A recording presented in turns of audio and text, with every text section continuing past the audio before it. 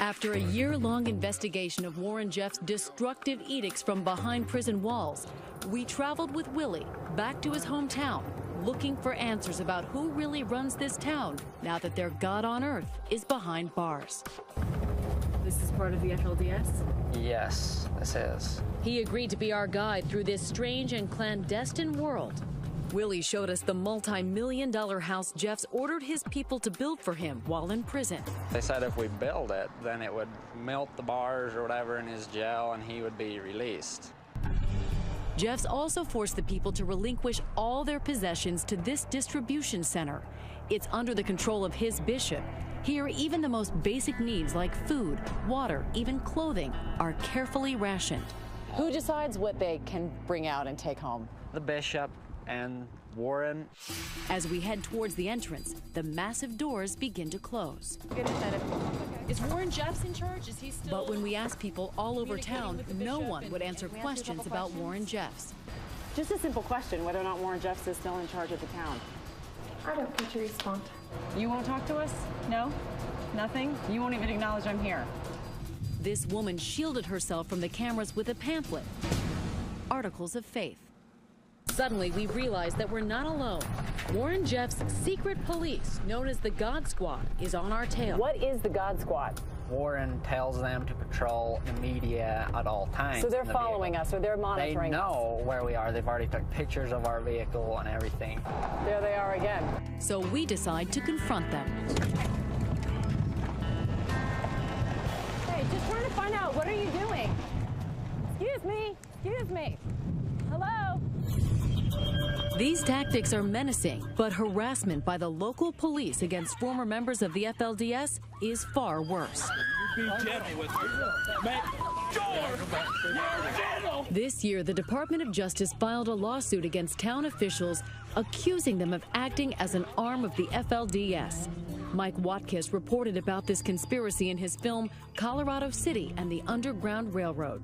You do not hold a position of authority in that community unless you are a FLDS. How have they largely remained outside the law? Because nobody gives a damn. Because local police have been charged with abusing their powers, they are now being monitored by the county sheriff. Is it frustrating that a convicted child molester is still exacting so much control? Yeah, it's troubling. Everywhere around us, there was stony silence and anger. Why? Get that damn thing. Why? Why? You go jail. You go jail. It was not the first time we'd witnessed the fury of the FLDS. This is what happened when ABC News last reported on Warren Jeffs. The man who just knocked down that camera is Willie Jessup, former bodyguard to Warren Jeffs and one of his most loyal followers. But last year, after Jeffs was convicted of rape, he decided he'd had enough and left the FLDS. So Warren is still in charge of the FLDS. Oh, very much so. Why do people stay when what you love the most is ripped from you for no real reason? Warren controls people the same way that David Koresh did. So there'll be no excuses. Jimmy Jones did. Anybody wants to get out of here can get out of here. He threatens banishment if his dictates are not obeyed. So a mother is now saying, well, in order for me to preserve my children by God, I need to remove myself. We tried to get into one of the most tightly secured buildings in the town. Behind that gate is the maternity clinic of the FLDS, the epicenter of their faith. Hello, this is Amy Robach with ABC News. We're standing outside the clinic and we just wanted to ask a couple of questions. Can we come inside? Hello? They just hung up on me. It's impenetrable. But 3 years ago, we were granted unprecedented access to this clinic. We met a young mother who sang us a lullaby by Warren Jeffs. Love warms and cheers us in winter's cold weather, and mid the summer's heat, faith makes us strong.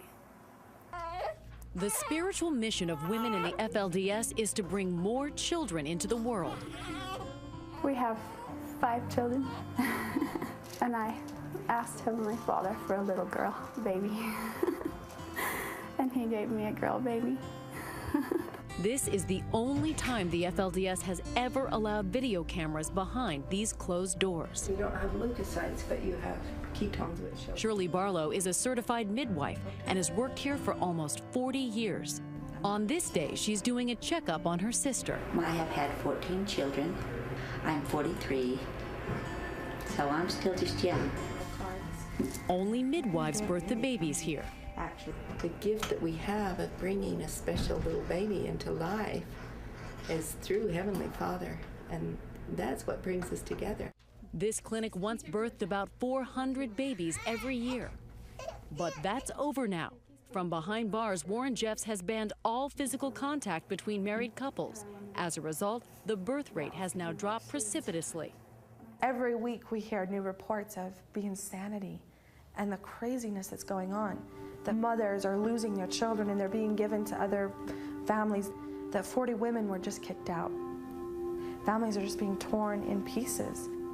This is a severe human rights issue. The whole medical team was also ordered to leave the community, including Shirley Barlow. Can you open your mouth for me real big? And Miriam Holm, one of the few FLDS women with a master's degree, was also told to leave town. So you don't have doctors, medical professionals? None. There's not one left in this community. There's no such thing as a doctor. There's no such thing as a active midwife. No one knows how many families have been broken up by Warren Jeffs, but even his brother Wallace was not spared from that brutal purge. Warren broke up your family. Yes, and I filed a lawsuit against Warren to bring my family out of hiding so I could see them. What does put into hiding mean? They have places in different locations around the country that nobody knows where they are, so they can hide the wives and children from their husbands. I don't look at how I suffered. Really, the victims in all of this is the children. It's seeing their families being torn up, not having fathers, the mothers being cast out. It's the children who really are the victims in all this. For the Steed family, that price is clear. All that 11-year-old Ada has of her father is the photo that once hung on her wall. Makes you feel like he's still there. Does it help you to see that every day? Does it really help you? Well, good. I'm really glad that you had that. She hasn't heard from her father in 5 months, whose banishment prohibits him from having any contact with his family until the prophet brings him back. You can hold on to the good things. Okay. But Ada knows that if Warren Jeffs allows her father to return, he will make the family go back to the FLDS. I wouldn't go with him. I don't want to go back into it. Even if it does cause losing Dad, at least I have Mom. What makes you certain? Because I want to have a life. The conflict between family and freedom is tearing her apart. We're not supposed to be mad at him. Why did he do all that? Why did who do what? Come on.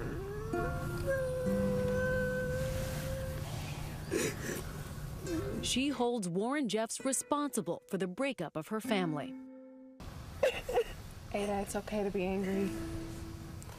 Her anger drives her to the ultimate taboo, defacing a photo of Warren Jeffs. Do you want to tell me what hurts? Everything. We didn't even